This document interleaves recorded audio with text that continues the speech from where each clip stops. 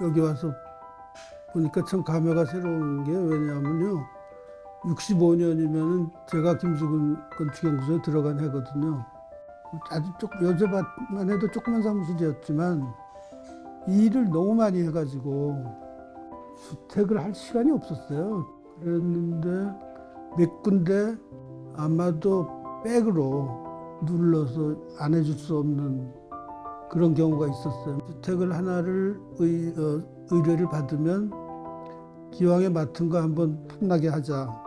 그리고 주택이라는 게 건축가로서는 자기의 역량을 보일 수 있는 아주 중요한 샘플이니까 일단 맡으면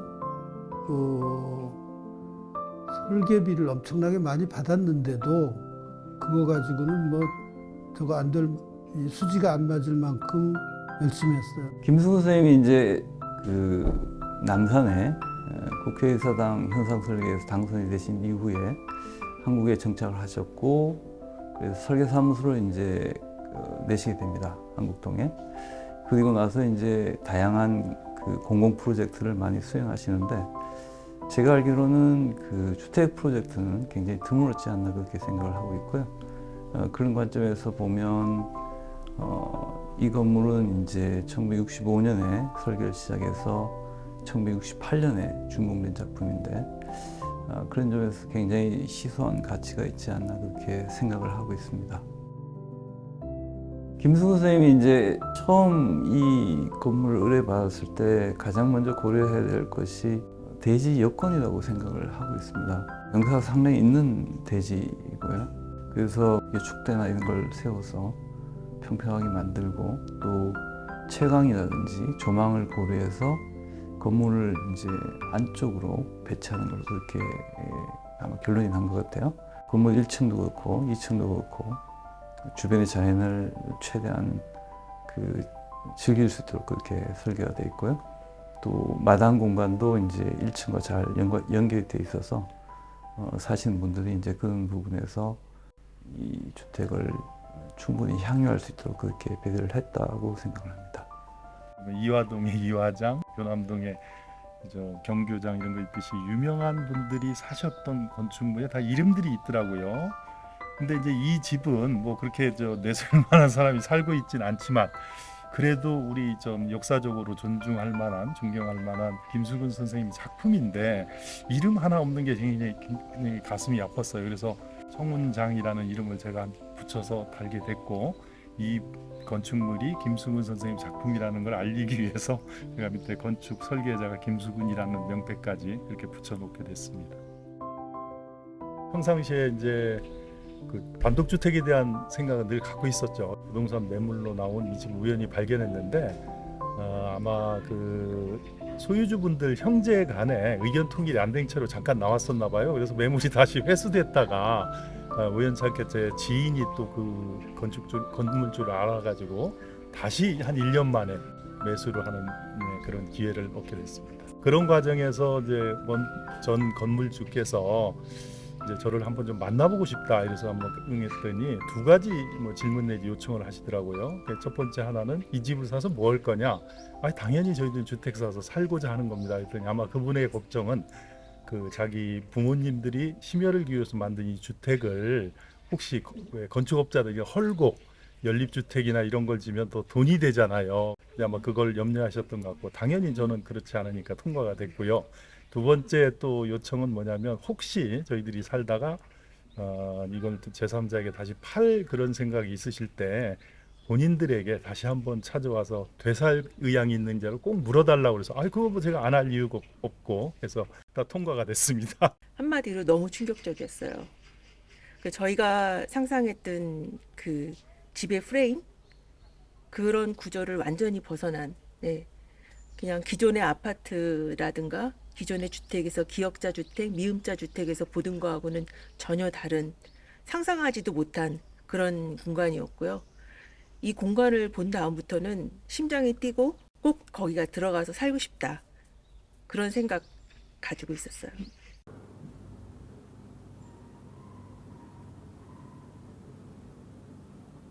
아무래도 이제 저희들이 좋아하는 공간은 각 방에서 문을 열고 나왔을 때 한 곳에 모이는 데가 이제 1층 같은 거실이거든요. 근데 김수건 선생님이 지향하는 그 말씀 중에 하나가 enclosed but endless space. 그러니까 이렇게 둘러싸이되 전혀 막힘이 없는 이제 그런 개념으로 이 공간을 만들어 놓은 곳에 집중되는 곳이 바로 저희 1층 거실 같고요.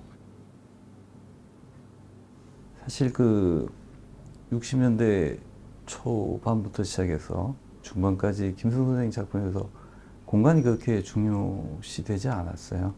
건물 규모가 크다 보니까 주로 조형적인 측면이 강조되고요.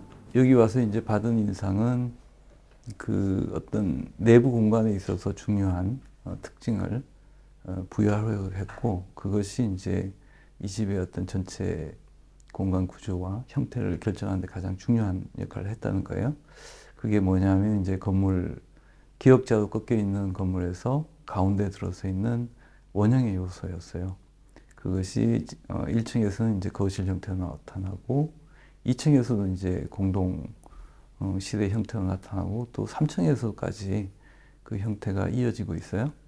이런 측면은 제가 이전에 김승 선생님 작품에서는 잘 보기 힘든 특징이었어요. 사실 이런 특징이 이제 60년대 말하고 70년대 초에 세의장이라든지 아니면 우천장 같은 건물에까지 이어지거든요. 그래서 보면 이 집을 설계하면서 김승 선생은 그런 공간적 측면에 대해서 아마 고민을 하셨던 것 같고요. 남산에 있는 자유센터라든지 아니면 워커힐이라든지 이런 국가적인 프로젝트를 하면서 질풍노도와 같은 시기를 경험하셨지 않나 생각을 하고 있고, 이 주택을 보면서도 그런 힘이 느껴졌어요. 아주 세련되거나 뭔가 이런 완성된 모습이 아니고 어떤 잠재력이랄까, 어떤 그 당시 갖고 있었던 어떤 김승 선생의 어떤 그런 호기로움 뭐 이런 것들이 느껴져서 아주 좋은 인상을 받았습니다. 작은 주택 작품을 통해서 뭔가 새로운 시도를 하고 있다는 느낌을 받았고요. 이런 시도는 사실은 대규모 프로젝트에서는 잘 나타나지 않는 거였어요.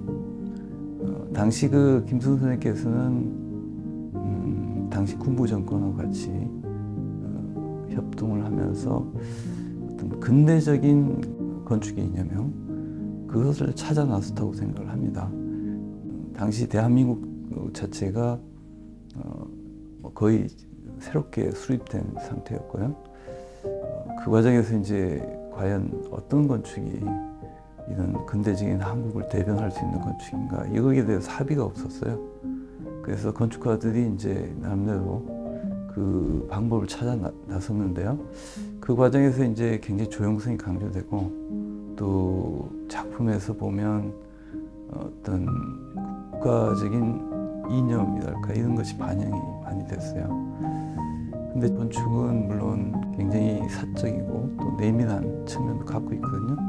이 주택을 보면서 어떤 김승 선생이 생각하셨던 좀 사적이고 내밀한 어떤 건축의 모습을 찾아볼 수 있어서 참 좋았습니다.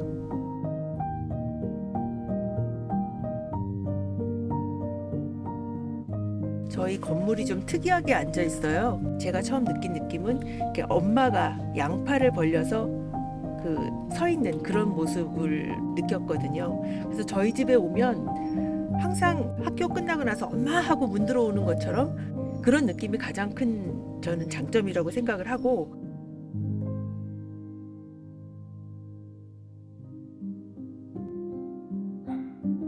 김승 선생님께서 이제 60년대 초반하고 중반에 설계하신 작품들이 대부분 노출 콘크리트로 되어 있어요. 노출 콘크리트가 갖고 있는 가장 큰 장점은 조소성이 있습니다. 그러니까 거푸짐을 어떤 방식으로 만드냐에 따라서 자유롭게 형태를 찍어낼 수 있고요.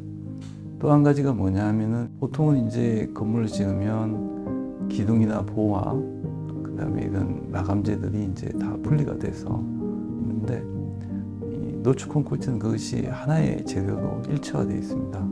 그래서 건축가들이 그런 물성을 활용해서 상당히 그 다채로운 자유로운 어떤 조형을 만들어내는데, 이 집에서도 이제 그런 시도를 하고 있어요.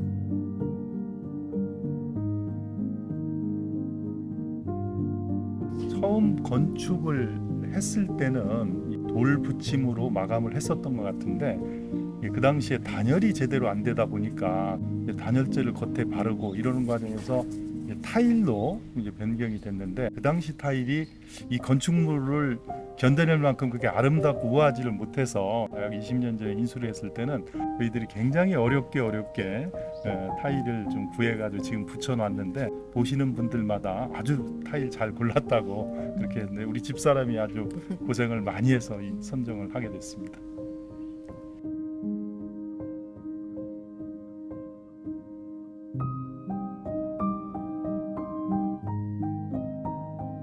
김승근 선생님의 어떤 건축 철학이나 신념, 또 건축 언어 이거를 되살릴 수 있는 거는 최대한 그대로 보존하자. 그래가지고 그 다양한 그 곡선미 이걸 가급적 살리려고 했고요.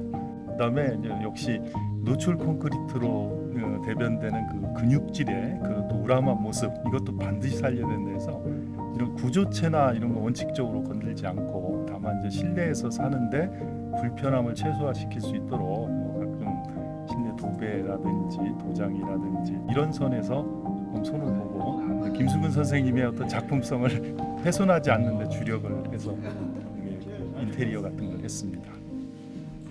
단점은 딱 한 가지예요. 힘들어요. 육체적으로 조금 고단하긴 하지만 이 집이 주는 기쁨, 행복 이런 정신적인 충만감 때문에 사실은 힘든 건 잘 모르겠어요. 지금 제가 보니까 선 하나가 필연성이 있어서 그렇게 그려진 게 보이는 거예요. 설계 담당은 전태진 씨라는 분이고 실장은 윤승중, 소장 김수근 도장 찍혔네. 그러니까 소장이 매 시트마다 도장 찍을 정도면은 꼼꼼하게 했다는 얘기죠. 그리고 앞에 그 투시도 그린 사람은 최준이라고 그분이 홍대 건축과 나온 분인데 굉장히 꼼꼼한 분이에요. 그 참 이게 아주 옛날 시대에 들어온 것 같아요.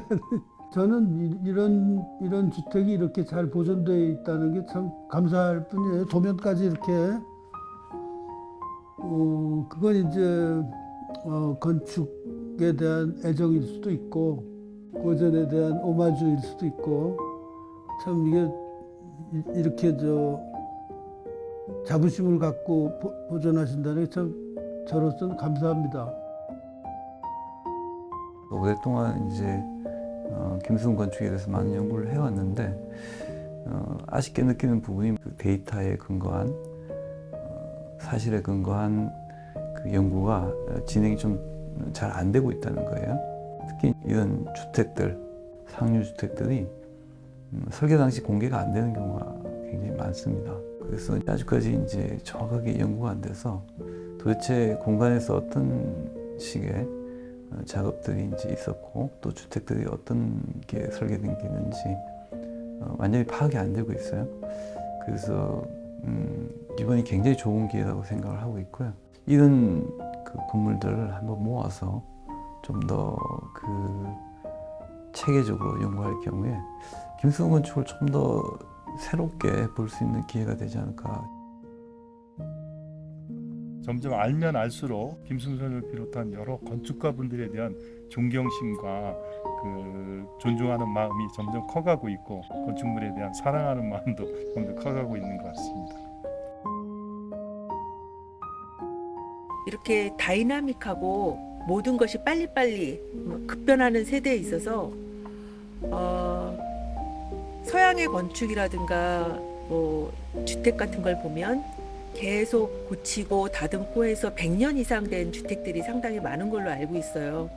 그래서 저희는 다행히 운이 좋아서 처음 건축주님께서 잘 관리해 주시고 김수근 건축가의 그 스피릿이 다 그대로 녹아 있게끔 이런 좋은 집을 마련해 주셨고 또 그걸 저희가 이어받아서 너무 행복하고 기쁘게 이 집을 관리하고 그러고 있는데 누군가가 저희의 뒤를 이어서 저희 집을 인수하시게 되면 그 저희가 가졌던 그리고 저희 먼저 건축주들 전축주님과 그다음에 김수근 선생님이 가졌던 그 생각을 이어받아서 요거를 가능한 오래 유지해 주셨으면 하는 그런 바람이 있습니다.